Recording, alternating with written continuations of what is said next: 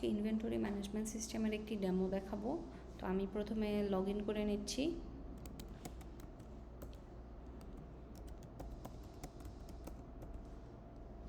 এখানে total validation করা আছে। আমি যদি পাসওয়ার্ড ভুল দেই তাহলে সেক্ষেত্রে আমাকে বলবে পাসওয়ার্ডটা ভুল, আর লেন্থ যদি প্রপার না হয় সেটাও বলবে। তো এখন যদি আমি পাসওয়ার্ডটা প্রপারলি দেই, আমি ড্যাশবোর্ডে লগ ইন করলাম। এখানে হচ্ছে লেফট সাইডে কয়েকটি অপশন আছে, ডেইলি রেকর্ডস আছে, কাস্টমার্স, দেন প্রোডাক্টস, কী কী প্রোডাক্টস আছে সেগুলোর স্টক, সেগুলো স্টকে আছে নাকি আউট অফ স্টক, এডিট করার অপশন আছে, ডিলিট করার অপশন আছে। এখানে আপনি এডিট করতে পারবেন আপনার যে প্রপার ব্র্যান্ড অথবা ইউনিট, প্রত্যেকটা প্রোডাক্টের একটা করে ইউনিট থাকতে পারে সেগুলো। তারপর হচ্ছে ডিলিট অপশন আছে। এখানে আমরা স্টক রেজিস্টার করতে পারি, কোন প্রোডাক্টটা কতটুকু আছে সেটা আমরা চেক করতে পারি।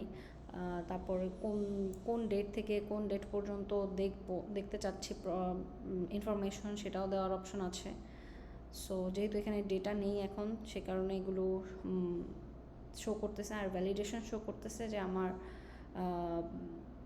ফ্রম ডেটটা বড় কিন্তু টু ডেটটা ছোট। এটা হবে না, আমার টু ডেটটা অবশ্যই বড় দিতে হবে। হ্যাঁ, এই যে ভ্যালিডেশনটা চলে গিয়েছে। সো এটা হচ্ছে স্টক রেজিস্ট্রেশন, এটা হচ্ছে সাপ্লায়ার। এইখানে হচ্ছে প্রত্যেকটা রিপোর্ট থাকে, আপনার কোন প্রোডাক্টটা কতটুকু রেভিনিউ দিচ্ছে, গ্রস প্রফিট কত, কোন প্রোডাক্টটা আমাকে প্রফিট দিচ্ছে, কোনটা প্রফিট দিচ্ছে না, সেগুলো এখানে শো করে। এখানে হচ্ছে সেটিংস, মাই প্রোফাইল, এটা থেকে আমরা পাসওয়ার্ড চেঞ্জ করতে পারবো, আবার অ্যাডমিন অ্যাকাউন্টস, নতুন অ্যাডমিনও তৈরি করতে পারবো। তো এখন যদি আমি একটু ডেইলি রেকর্ডসে গিয়ে অ্যাড করি,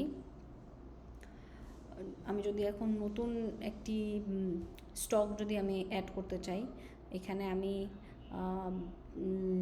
ঢালাই স্পেশাল সিমেন্ট দিলাম, এখান থেকে আমি দিলাম সাহা গ্রুপ, আর এখান থেকে আমি কোয়ান্টিটি দিলাম লাইক 10 ব্যাগ যদি আমি দিই তাহলে এখানে আমি অ্যামাউন্ট দিতে পারি লাইক 30,000।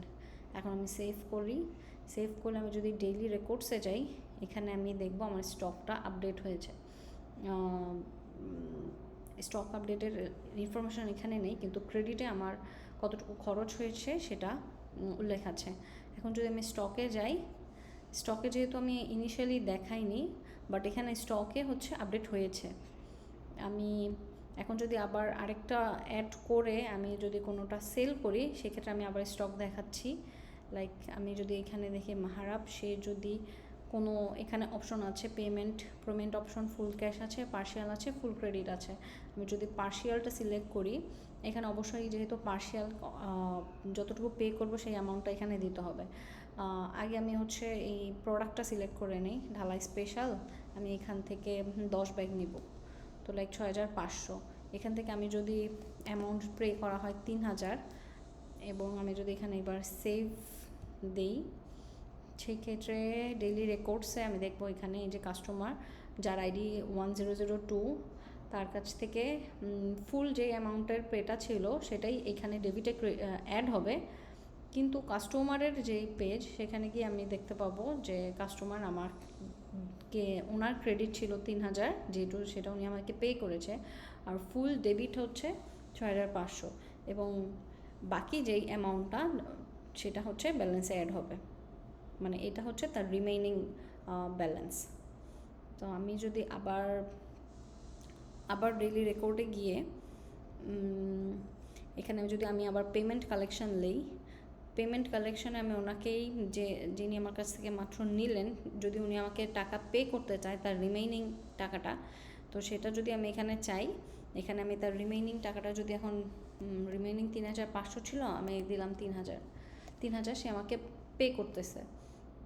তো আমি যদি এখানে সেভ রেকর্ড দিই এবং আমি ডেইলি রেকর্ডসে যাই, এখানে দেখব যে 3,000 আমার ডেবিটে অ্যাড হয়েছে।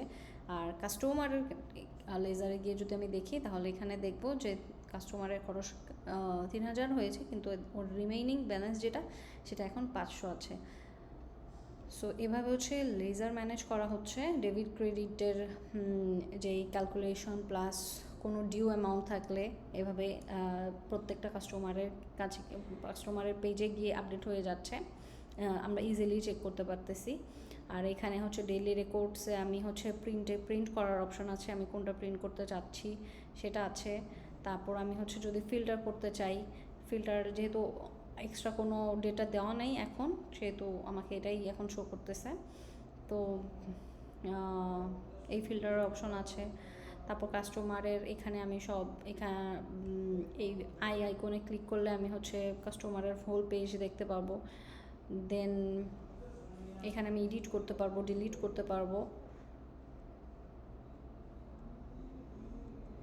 তারপর আমরা এখানে সাপ্লাই তো আমি দেখিয়েছি। এখন যদি আমরা রিপোর্টসে যাই, তখন রিপোর্টসে আপনি দেখতে পারবেন যে আমার টোটাল সেল আজকে 6500। রিসিভেবল বলতে আমার পে অ্যামাউন্ট বাকি আছে, আমি যা পাবো সেটা হচ্ছে 500। যেহেতু একজন কাস্টমার আছে, সেই পেন্ডিং আছে যে টাকা আমাকে দেওয়ার বাকি, তো এই কাউন্টটাও এখানে শো করবে। এখানে আমাকে শো করতেছে কোন ব্র্যান্ড আমাকে রেভিনিউ দিচ্ছে। তারপর গ্রস প্রফিট কি, আসলে তো প্রফিট অ্যামাউন্টটা এখানে আমাদের প্রপার না, যেহেতু ডেটা প্রপারলি নেই। তো আমাকে এখানে প্রফিট মাইনাসই দেখাচ্ছে, মানে আমি এখন লসে আছি সেটা বোঝাচ্ছে। প্রপারলি যদি ডেটা ইনপুট দেওয়া হয় তাহলে আমাকে এখানে প্রপারলি একটা ইনফরমেশন দেওয়া থাকবে। সো এটা হচ্ছে আমার রিপোর্টসের সেকশনটা। এটাই হচ্ছে overall inventory management system. Thank you.